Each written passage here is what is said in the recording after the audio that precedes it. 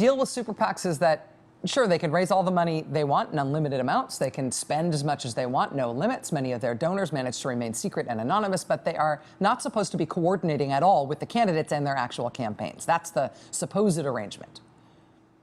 This election is pushing the boundaries of those laws.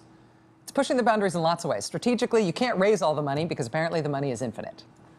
And you can feel free to raise money in unlimited amounts from individual people because even though you can only put that money in super PACs and not in your actual campaign, well, run your campaign out of your super PAC.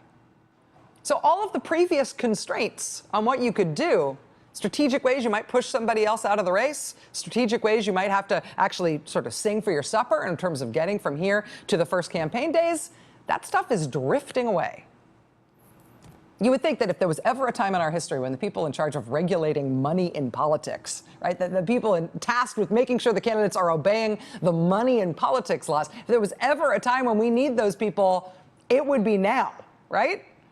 In the Federal Election Commission, it is your time to shine. You guys must be so busy. You must be working your fingers to the bone. This is the chairwoman of the Federal Election Commission speaking with the New York Times over the weekend. Quote, "The likelihood of the laws being enforced is slim." That's Ann Revel, the FEC chairwoman. She told the Times this weekend, quote, "I never want to give up, but I'm not under any illusions. People think the FEC is dysfunctional. It's worse than dysfunctional." That is the chair of the FEC saying the laws they're supposed to enforce about money in politics during this upcoming election with unprecedented amounts of money being poured into politics, there's very little chance those laws are going to be enforced. They're the cops, they're not working. If you're a presidential candidate, if you are a super PAC, this is great news, right? For everybody else, this can be a little scary.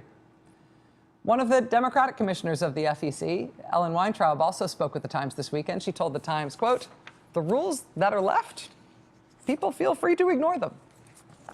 Joining us now is Ellen Weintraub. Commissioner Weintraub was first appointed to the FEC in 2002. She has served as its chair twice and is its longest-serving member.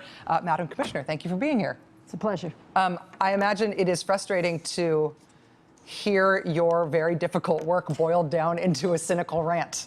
I've heard worse. You've heard worse. I have to ask you, though, you seem cynical about the prospect of the FEC doing its job. I wouldn't actually describe it that way. Okay.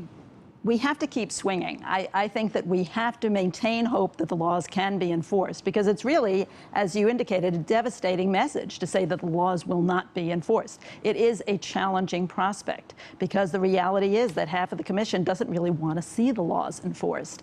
And we have a 3-3 split. We have 3 Democrats, 3 Republicans. We need 4 votes to enter into any enforcement action. And increasingly, we cannot find those 4 votes. And that's because of it's not because there can be a difference about the facts or a difference of opinion about the severity of the crime, of the alleged crime on each case that you consider. If you've got a uniform split like that, it must be because of an ideological difference about whether or not these laws should be enforced. That is exactly correct. Republican commissioners think that we're doing okay. Money in politics right now is not something that needs any more policing than it's ever had in the past. I think that's right. Okay. So if that's the system that we've got, if I may, please. My concern is that what we're seeing is a race to the bottom because the candidates are out there in the super PACs and the outside spending groups that are even less transparent than the super PACs. They're all out there watching, and they're seeing that the law's not being enforced. They're seeing that we had the lowest penalty total last year of any year since, I think, 1985, despite the fact that the money that's being raised is going up and up and up. And they are tempted. They are tempted in the same way that before there was a speed cam on my street, people used to speed routinely because they thought nobody would notice. Mm-hmm. And as soon as they put the speed cam in, people suddenly started obeying the speed limit. It wasn't that they didn't know what they were doing was against the law. They just thought they were going to get away with it. Nobody would notice. There wouldn't be a penalty. And I'm afraid that's the dynamic that we're seeing in politics today, where everyone looks around and they see one person taking a very aggressive view of the law. And I'm not talking about anybody in particular, but somebody every cycle comes up with a new and aggressive way of pushing the limits on the law. And everybody else looks around and they say, didn't get in trouble. Right. And if I don't do the same thing, then I'm going to be disadvantaged. I won't be able to compete. So as long as that person's not getting in trouble, I guess I better do that too. And before you know it, there's just rampant disrespect for the rules that are on the books.